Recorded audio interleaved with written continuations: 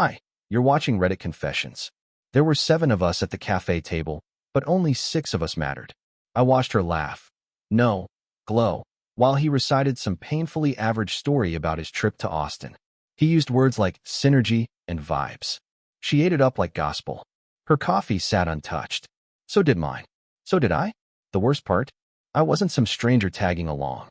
I was the one who paid for the Uber. The conversation was buzzing, but the sound around me blurred like water in my ears. I glanced to my left. She was angled toward him, knees turned, body open. Her hand rested near his elbow like gravity was pulling her in that direction. They laughed in sync, like rehearsed choreography.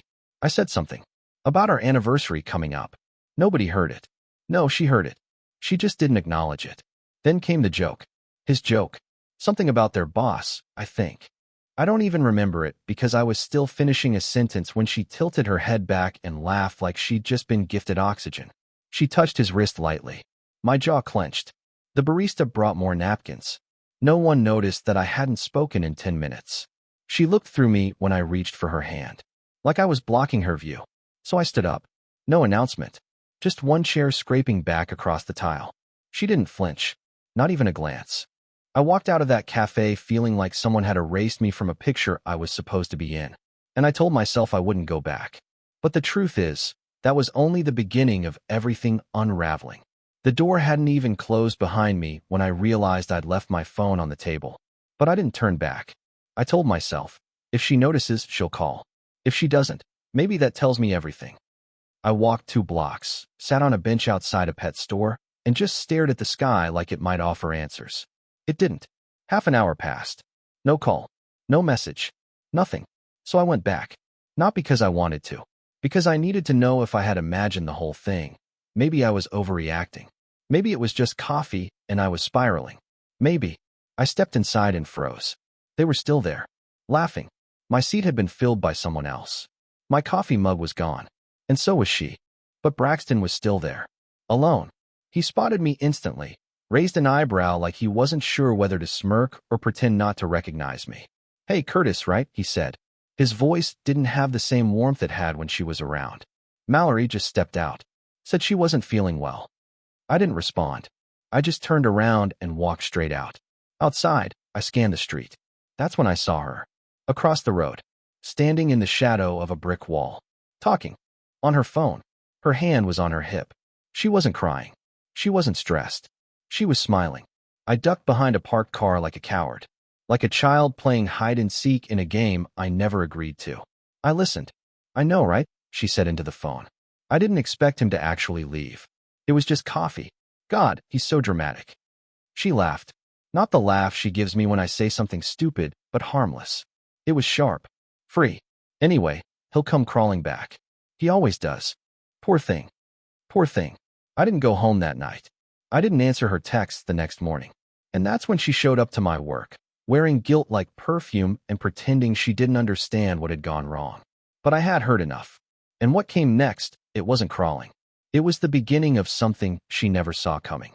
She stood in the lobby of my office like she owned the building. Hair perfect, wearing that deep blue blouse she always chose when she wanted to seem serious but approachable. She even brought coffee. Like peace offerings in cardboard cups could erase the sound of her calling me a poor thing. Curtis, she smiled like nothing happened. You left so fast yesterday. I was worried. Worried? No. She was amused. I had heard it. I kept my voice flat. You said you weren't feeling well. She blinked. That flicker of panic? It was so fast, I almost missed it. I wasn't. I mean, it was hot inside. Crowded. You looked fine outside. When you were on the phone. Her mouth parted, but nothing came out for a second. Then came the laugh. Light, dismissive, too rehearsed. Wait, were you spying on me? There it was. The pivot. When guilt doesn't work, make the other person the problem. You said I always come crawling back. Silence. Her hands tightened around the coffee cups. She didn't offer them anymore. Okay, she finally said, carefully. That was taken out of context.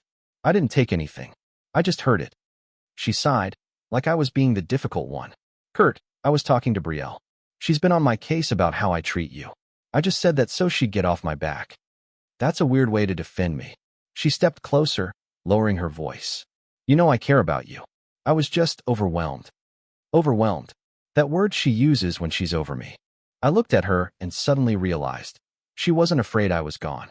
She was afraid I might be different when I came back.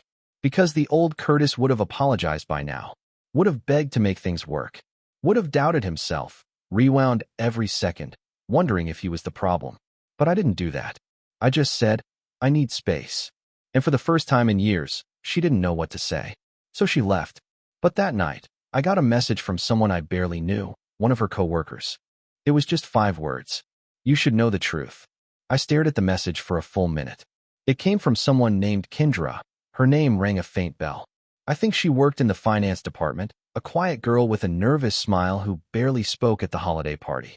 We'd never had a real conversation, so when her message popped up at 11:42 p.m. with those 5 haunting words, you should know the truth, I wasn't sure if it was a mistake. I responded cautiously. About what? Her reply came almost instantly. About Mallory. And Braxton. There's more than you think. I shouldn't be saying anything, but I can't watch her keep doing this to you. You don't deserve it. My stomach dropped.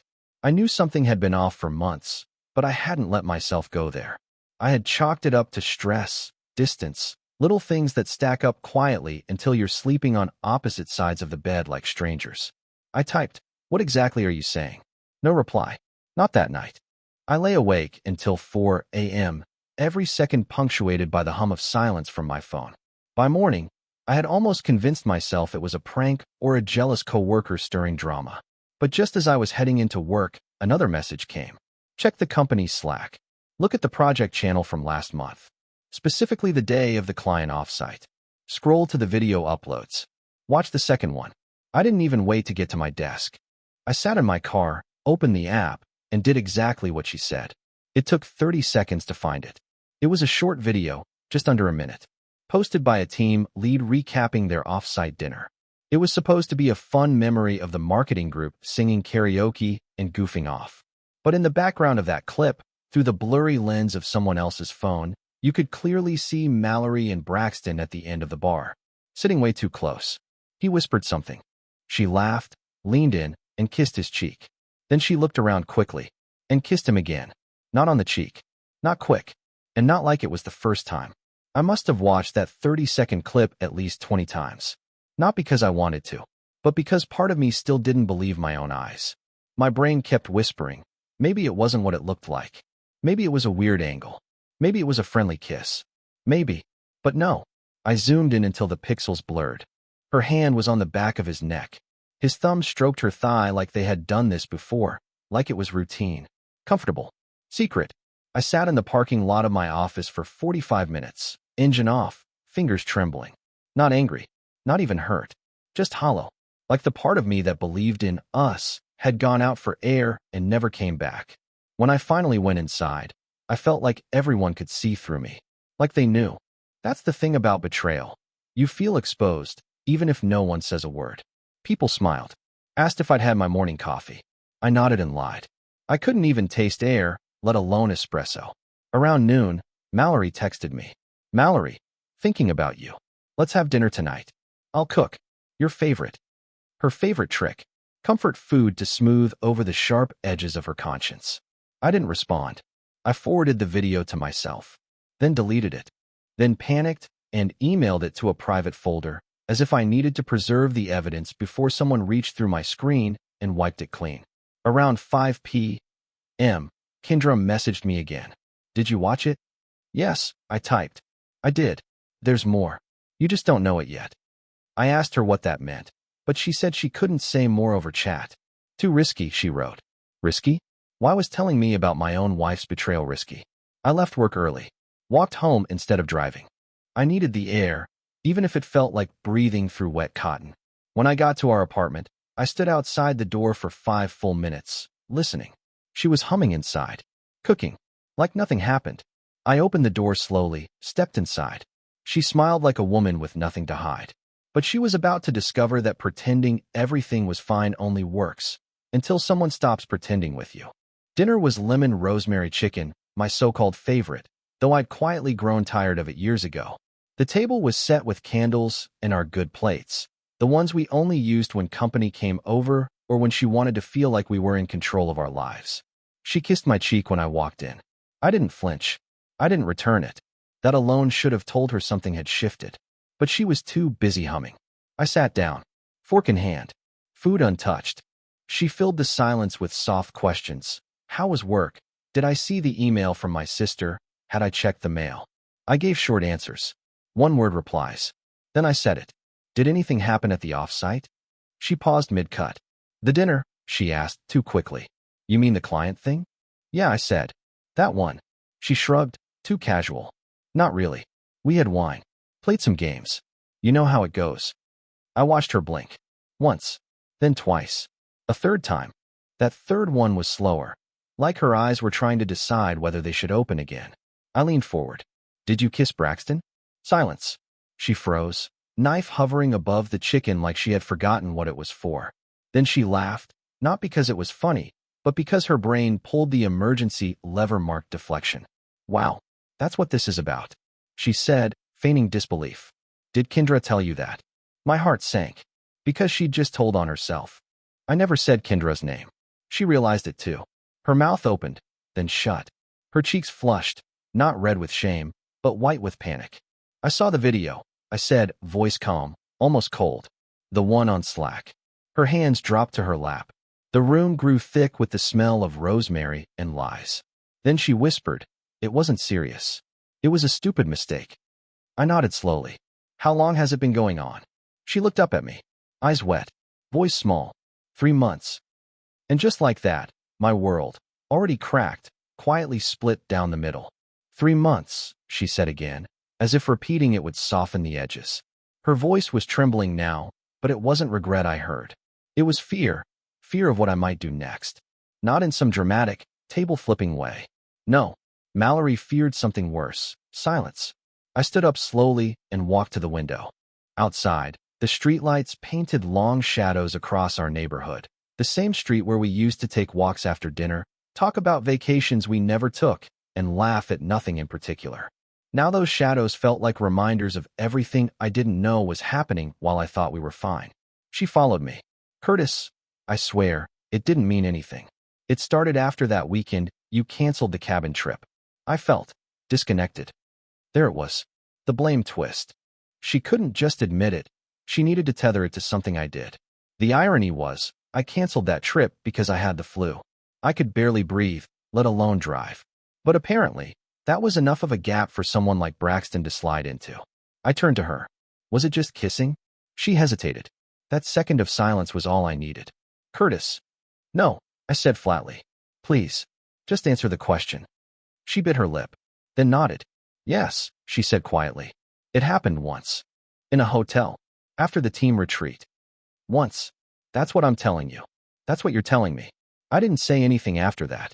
I just walked past her, into the bedroom, grabbed a backpack, and started packing. Not because I was leaving for good. I didn't even know where I was going. But because the air in that apartment had become too heavy to breathe. As I zipped the bag, she stood in the doorway, crying now. You can't just leave. We've built a life together. I looked at her, the woman I once thought would grow old with me, and realized something I hadn't allowed myself to admit until that moment. I didn't feel betrayed because she kissed another man. I felt betrayed because, for 3 months, she watched me make her coffee, rub her back, plan our future, and lied to my face with the same mouth she used to whisper in his ear. That night, I walked out. No plan. No goodbye. Just a man reclaiming the silence she had filled with someone else's voice. It's strange how silence can feel louder than any scream. That night, as I walked through the city with nothing but a backpack and a phone low on battery, I didn't feel defeated. I felt awake. I wasn't spiraling. I wasn't begging. I wasn't even crying. I was breathing. For the first time in months, I felt like I was allowed to. I stayed at a motel for a few nights, the kind with flickering signs and vending machines that eat your dollar. It wasn't much, but it was quiet. And in that quiet, I started to write. Not emails, not work notes, just thoughts. I poured out every feeling I had buried under years of trying to keep things normal. Mallory texted every day. Long, emotional messages. Promises.